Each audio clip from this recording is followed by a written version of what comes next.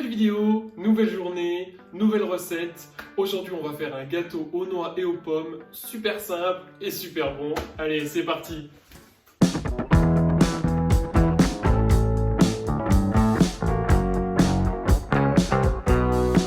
La recette qui va suivre va être une recette sans matière grasse, une alternative pour se faire plaisir sans culpabiliser bien sûr. J'utilise également quelques produits spécifiques dans la recette, mais je vous rassure, je vous donnerai une alternative pour chaque produit.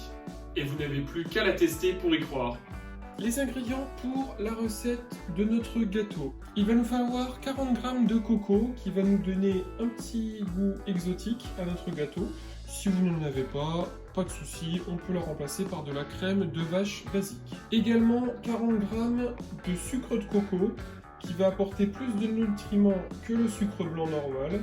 Mais si vous n'en avez pas, il n'y a pas de souci, on peut mettre du sucre blanc ou du sucre roux, de canne, de betterave. 40 g de miel, 2 œufs, 4 blancs d'œufs. En l'occurrence, on va avoir 120 g de blanc d'œuf, car un blanc d'œuf équivaut à 30 g. 100 g de farine de châtaigne. Vous pouvez également la remplacer par de la farine de blé si vous le désirez.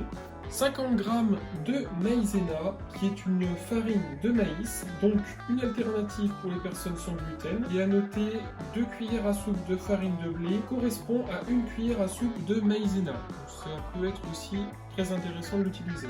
20 g de lait d'amande. On peut également la troquer pour du lait de coco, du lait de vache, mais pas du lait de soja, car le lait de soja ne se cuit pas. 60 g de noix, 2 pommes, une pincée de sel et du bicarbonate de soude. Maintenant, on va commencer par les pommes.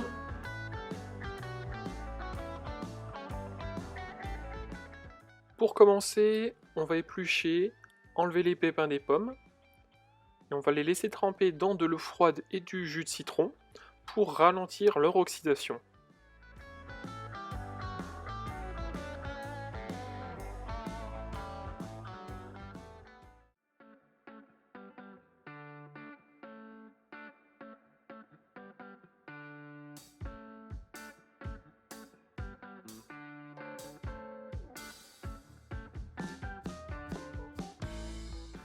Pensez toujours à tamiser vos poudres, que ce soit la farine, le sucre et la maïzena, car le but du tamis est de défaire les amas de poudre qui se sont créés avec l'humidité et de retirer les impuretés.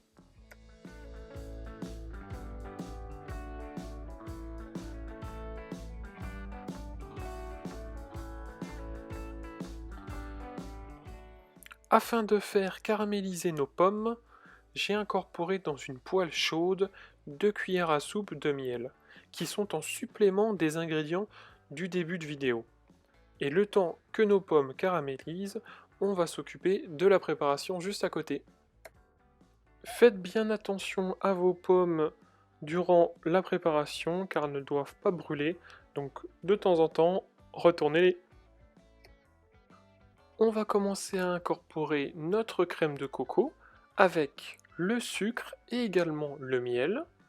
On va bien mélanger le tout. Puis on va ajouter les œufs, les 2 œufs et les blancs d'œufs.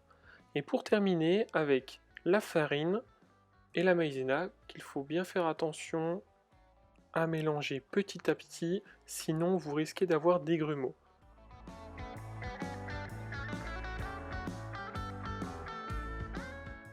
Quand votre préparation est bien homogène, ajoutez-y une pincée de sel et une cuillère à café de bicarbonate, qui va nous servir comme une levure à rendre notre gâteau aérien et moelleux.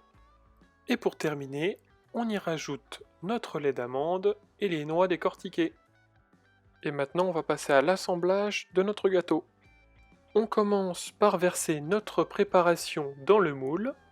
On découpe le surplus du papier cuisson afin qu'elle ne se colle pas durant la cuisson au-dessus du gâteau. On le tape légèrement afin que la préparation se répartisse dans tout le moule uniformément. Et on y pose nos pommes. Vous allez voir, elles vont légèrement s'enfoncer dans la préparation, c'est normal. Et je rajoute quelques noix sur le dessus en décoration.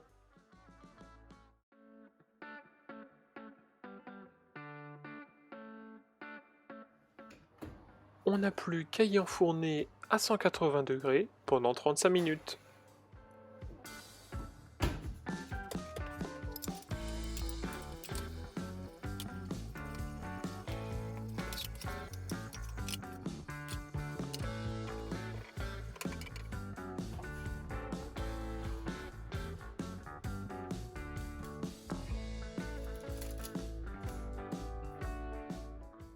Et on n'a plus qu'à le laisser légèrement refroidir avant de le démouler et pour bien sûr le déguster.